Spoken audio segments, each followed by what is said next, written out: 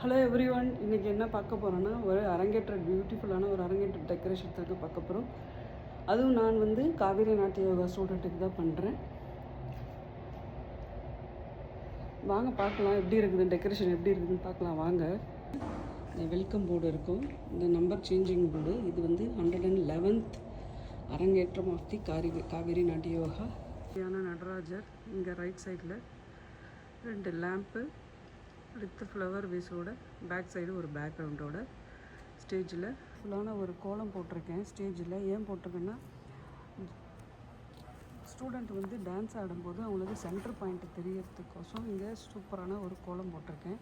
This the girl for doing arangetram. Here is a signing book and some extension the brochures here and QR code for the programs and photos, the family photos and programs. So here the brochures, I standing here with the brochures.